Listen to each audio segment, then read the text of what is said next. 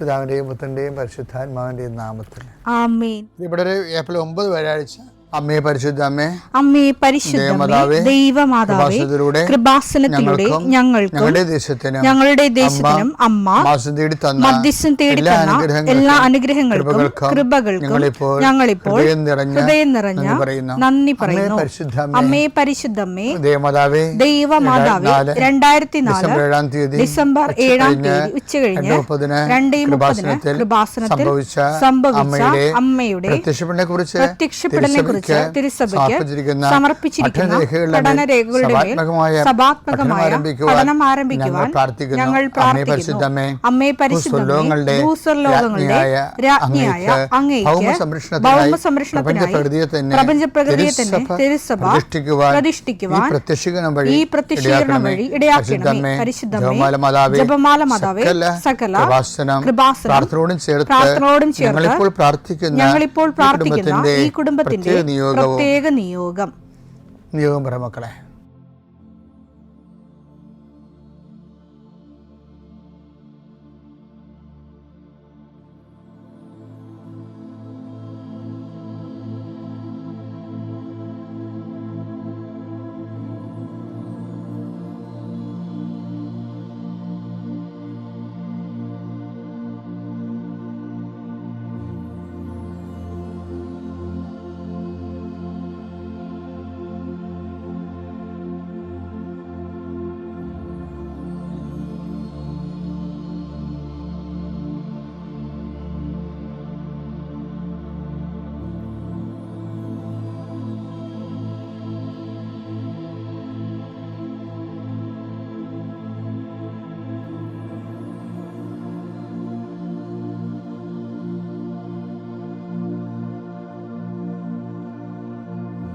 അമ്മയുടെ പ്രത്യക്ഷീകരണത്തിന്റെ ഈ അനുഗ്രഹവേളയിൽ ഞങ്ങൾക്ക് സാധിച്ചു തരുവാൻ കനിയണമേ. ആമേൻ. വിശ്വാസ പ്രമാണം. സർവശക്തനായ പിതാവും ആകാശത്തിന്റെയും ഭൂമിയുടെയും സൃഷ്ടാവുമായ ദൈവത്തിൽ ഞാൻ വിശ്വസിക്കുന്നു. അവിടുത്തെ ഏകപുത്രനും ഞങ്ങളുടെ കർത്താവുമായ ഈശോ മിശിഹായിലും ഞാൻ വിശ്വസിക്കുന്നു. ഈ പുത്രൻ പരിശുദ്ധാത്മാവിനാൽ ഗർഭസ്ഥനായി കന്യകാമറിയത്തിൽ നിന്ന് പിറന്ന് പൊന്തിയോസ് പീലാത്തോസിന്റെ കാലത്ത് പീഡകൾ സഹിച്ച് കുരിശിൽ തറയ്ക്കപ്പെട്ട് മരിച്ച് അടക്കപ്പെട്ട് പാതാളങ്ങളിൽ ഇറങ്ങി മരിച്ചവരുടെ ഇടയിൽ നിന്ന് 3-ാം നാൾ ഉയർത്ത് സ്വർഗത്തിലേക്ക് എഴുന്നള്ളി സർവശക്തിയുള്ള പിതാവായ ദൈവത്തിന്റെ വലതുഭാഗത്തിരിക്കുന്നു. അവിടെ നിന്ന് ജീവിക്കുന്നവരെയും മരിച്ചവരെയും വിധിക്കുവാൻ വരുമെന്നും ഞാൻ വിശ്വസിക്കുന്നു. പരിശുദ്ധാത്മാവിലും ഞാൻ വിശ്വസിക്കുന്നു. വിശുദ്ധ കത്തോലിക്കാ സഭയിലും പുണ്യവാന്മാരുടെ ഐക്യത്തിലും പാപങ്ങളുടെ മോചനത്തിലും ശരീരത്തിന്റെ ഉയർപ്പിലും നിത്യമായ ജീവിതത്തിലും ഞാൻ വിശ്വസിക്കുന്നു. ആമേൻ. സുഖസ്ഥനായ ഞങ്ങളുടെ പിതാവേ, അങ്ങയുടെ നാമം പൂജിതമാകണമേ. അങ്ങയുടെ രാജ്യം വരണമേ. അങ്ങയുടെ തിരുമനസ് സ്വർഗത്തിലെ പോലെ ഭൂമിയിലും ആകണമേ. അന്നു വേണ്ടുന്ന ആഹാരം ഇന്ന് ഞങ്ങൾക്ക് തരണമേ. ഞങ്ങളോട് തെറ്റ് ചെയ്യുന്നവരോട് ഞങ്ങൾ ക്ഷമിക്കുന്നത് പോലെ ഞങ്ങളുടെ തെറ്റുകൾ ഞങ്ങളോടും ക്ഷമിക്കണമേ. ഞങ്ങളെ പ്രലോഭനത്തിൽ ഉൾപ്പെടുത്തരുതേ, തിന്മയിൽ ഞങ്ങൾ രക്ഷിക്കണമേ. ആമേൻ. നന്മ നിറഞ്ഞ മറിയമേ, സ്വസ്തി. കർത്താവ് അങ്ങയുടെ കൂടെ സ്ത്രീകളിൽ അങ്ങ് അനുഗ്രഹിക്കപ്പെട്ടവളാകുന്നു. അങ്ങയുടെ ഉദരത്തിൻ ഫലമായി ഈശോ അനുഗ്രഹിക്കപ്പെട്ടവനാകുന്നു. പരിശുദ്ധ മറിയമേ, തമ്പുരാന്റെ അമ്മേ, പാപികളായ ഞങ്ങൾക്ക് വേണ്ടി ഇപ്പോഴും ഞങ്ങളുടെ മരണസമയത്തും തമ്പുരാനോട് അപേക്ഷിക്കണമേ. ആമേൻ. കർത്താവേ, നിന്റെ ഉന്നതമായ നാമത്തിന് സ്തോത്രം ചെയ്യും. കർത്താവേ, നിന്റെ വിശുദ്ധ പൗരോഹിത്യത്തെ മഹത്വപ്പെടുത്തണമേ. കർത്താവെ, സഭയിലുള്ള സാന്നിധ്യം പ്രകടമാക്കണം. 40 വർഷം ഞാൻ അർപ്പിച്ച കൃപാന്റെ യുഗതിയാണ്. കൃപാസ്ഥാനത്താറെ ജീവനോടെ പ്രത്യക്ഷപ്പെട്ട മാതാവിൻ്റെ മാധ്യസ്ഥ രോഗികൾ, പീഡിതരെ, മാനസിക സംഘടന അനുഭവിക്കുന്നവരെ, ഡിപ്രഷൻ അനുഭവിക്കുന്നവരെ, മരുന്ന് കഴിച്ചിട്ട് ഉറക്കം മൂടുകയും ശരീരം തൂക്കം വെക്കുകയും ചെയ്യുന്നതല്ലാതെ പ്രത്യേകിച്ച് പ്രയോജനമൊന്നും ഇല്ലാതെ ഡിപ്രഷൻ കൊണ്ട് വേദനിച്ച് ജീവിക്കുന്ന ആൾക്കാരെ കർത്താവേ, നീ അവരെ തൊടണമെന്ന് പ്രാർത്ഥിക്കുന്നു. ഓട്ടിസം കുഞ്ഞുങ്ങൾ, ഹൈപ്പർ ആക്ടിവിറ്റി കുഞ്ഞുങ്ങൾ, അവിടെ മാതാപിതാക്കന്മാരെ മനസ്സ് കെട്ടുപോയവരെ, തകർച്ച സങ്കടം കൊണ്ട് അവർക്ക് ജീവിക്കാൻ പറ്റാത്തവർ, ജീവിക്കാൻ വേണ്ടി ജീവിതത്തോട് മൽപ്പിടുത്തം നടത്തുന്നവർ, മരുന്ന് കഴിച്ചിട്ടും രോഗം സുഖമാക്കാതെയും രോഗം പൊറുക്കാതെയും ഇരിക്കുന്നവർ, എൻ്റെ കർത്താവിന് ഉന്നതമായ നാമത്തിൽ സഭയുടെ അധികാരത്തിൽ കുരിശിൻ്റെ അടയാളത്തിൽ ദൈവശക്തിയാൽ നിങ്ങൾക്ക് ദൈവസന്ധിപ്പും സൗഖ്യം ലഭിക്കട്ടെ. പിതാപുത്രനും പരിശുദ്ധാത്മാവായ സർവീശ്വര എന്നേക്കും ആമേൻ. എൻ്റെ പ്രിയപ്പെട്ടവരെ, വിശ്വാസത്തിൻ്റെ ഒരു ഭൗതിക സാഹചര്യമുണ്ട്, ഭൗതിക സാഹചര്യമില്ലാത്ത വിശ്വാസവുമുണ്ട്. ഈ വിശ്വാസം തന്നെ പലതരത്തിലുണ്ടെന്ന് നമ്മൾ പറയുന്നാലും നമ്മുടെ ജീവിതത്തെ നിരീക്ഷിച്ചു കഴിഞ്ഞാൽ നമുക്ക് ഭൗതിക സാഹചര്യമുള്ള ഒരു വിശ്വാസമുണ്ട്, ഭൗതിക സാഹചര്യമില്ലാത്ത വിശ്വാസമുണ്ട്. അപ്പോൾ നിങ്ങൾ ചോദിക്കും, എന്താണ് ഇങ്ങനെ ഇത് നിങ്ങൾ കേൾക്കാത്തൊരു കാര്യമാണ്. നമ്മൾ വിശ്വാസത്തിന് ഇടയ്ക്ക് ചില സമയത്ത് ആത്മവിശ്വാസം കയറി വരും. വിശ്വാസം ഉണ്ടാവും, ആത്മവിശ്വാസം ഉണ്ടാവും. എന്നിട്ട് ആത്മവിശ്വാസം ചില സമയത്ത് വിശ്വാസത്തെ ഡയല്യൂട്ടാക്കി കളയും. ഉദാഹരണത്തിന്, നീ ഒരു B2 എക്സാം എഴുതിയെന്ന് വിചാരിച്ചോ.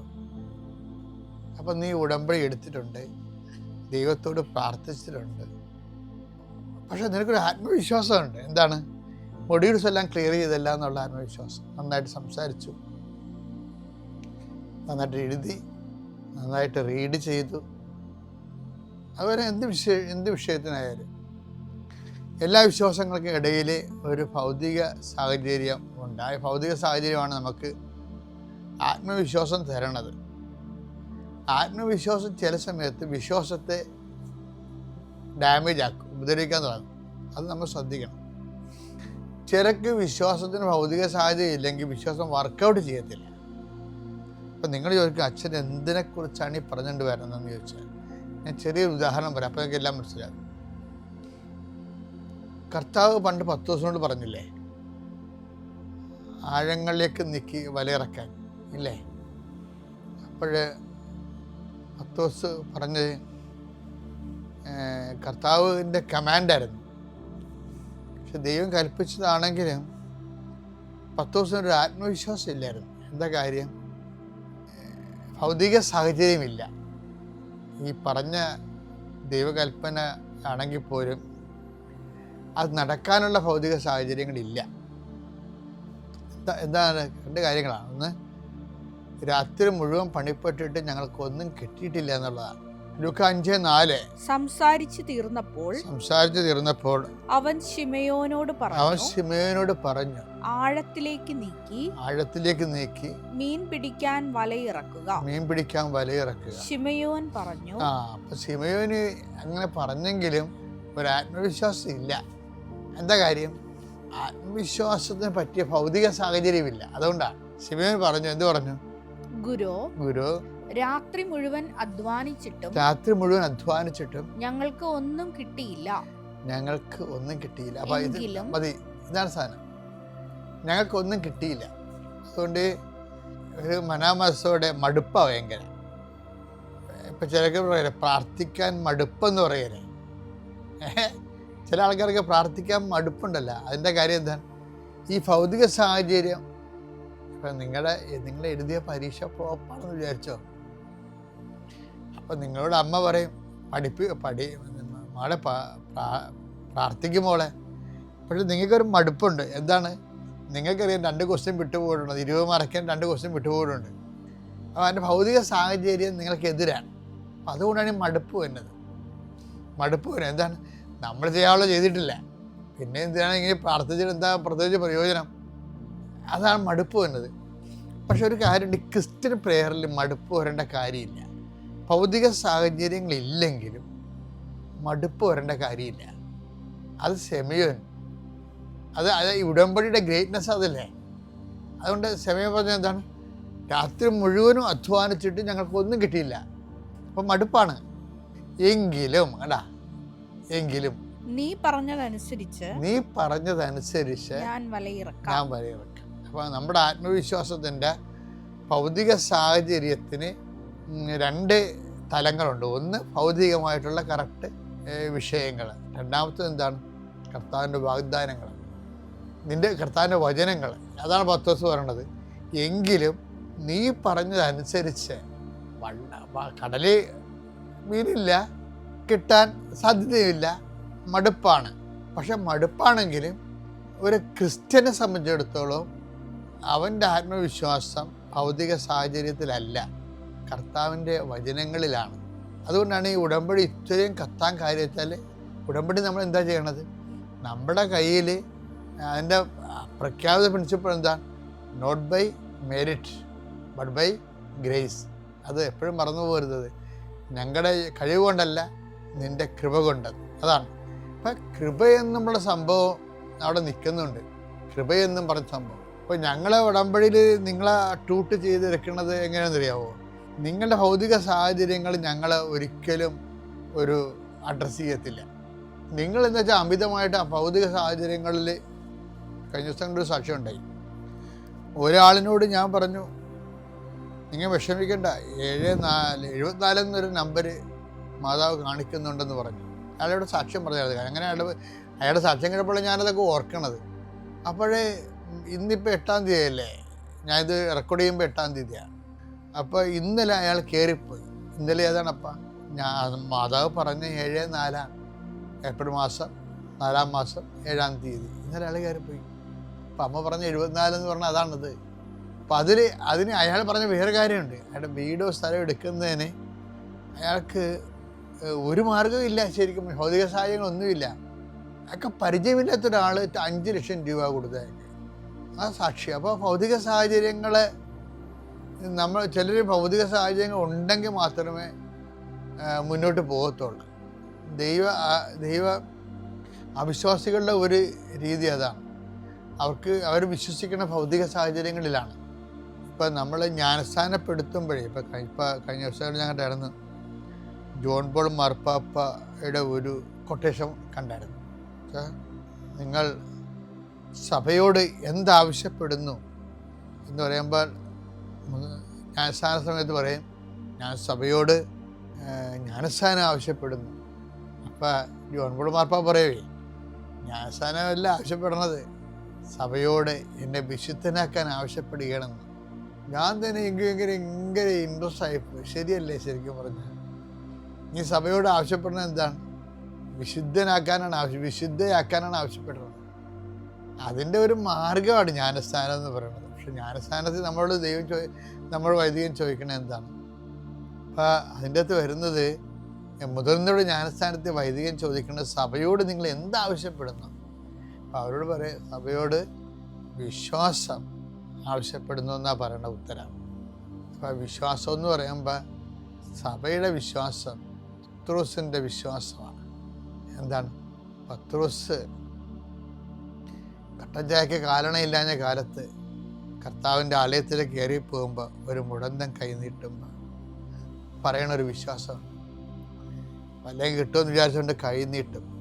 അപ്പോൾ പത്രോസ് പറയും, പൊന്നോ വെള്ളിയോ എൻ്റെ കയ്യിലില്ല. കഴിഞ്ഞ ദിവസം നമ്മൾ കണ്ടതാണത്. എനിക്കുള്ളത് ഞാൻ തരുന്നു, നിനക്ക് തരുന്നു. നസ്രായന യേശുവിൻ്റെ നാമത്തിൻ്റെ ശക്തിയിൽ നീ എഴുന്നേറ്റ് നടക്കാൻ പറയും. അപ്പം സഭയുടെ വിശ്വാസം എന്ന് പറയുമ്പോൾ എന്താണത്? അത് പൊന്നും വെള്ളിയും ഭൗതിക സാഹചര്യങ്ങളാൽ അലങ്കൃതമല്ല. അത് വിശ്വാസത്തിൻ്റെ അലങ്കാരങ്ങളെന്ന് പറയും. അത് നമുക്ക് വേറൊരു ദിവസം കാണാം. ഇപ്പം നിങ്ങൾ എന്താ ചെയ്യണത്? വിശ്വാസം, അതിൻ്റെ ഭൗതിക സാഹചര്യങ്ങൾ ഒത്തു വന്നില്ലെങ്കിലും കർത്താവിൻ്റെ വചനത്തിൽ വിശ്വസിക്കണം, വാഗ്ദാനത്തിൽ വിശ്വസിക്കണം. പ്രാർത്ഥിച്ചുകൊണ്ട് നിങ്ങൾ മുന്നോട്ട് പോകണം. കർത്താവ് നിങ്ങളെ സഹായിക്കും. പിതാവിൻ്റെയും പുത്രൻ്റെയും പരിശുദ്ധാത്മാവിൻ്റെയും നാമത്തിൽ.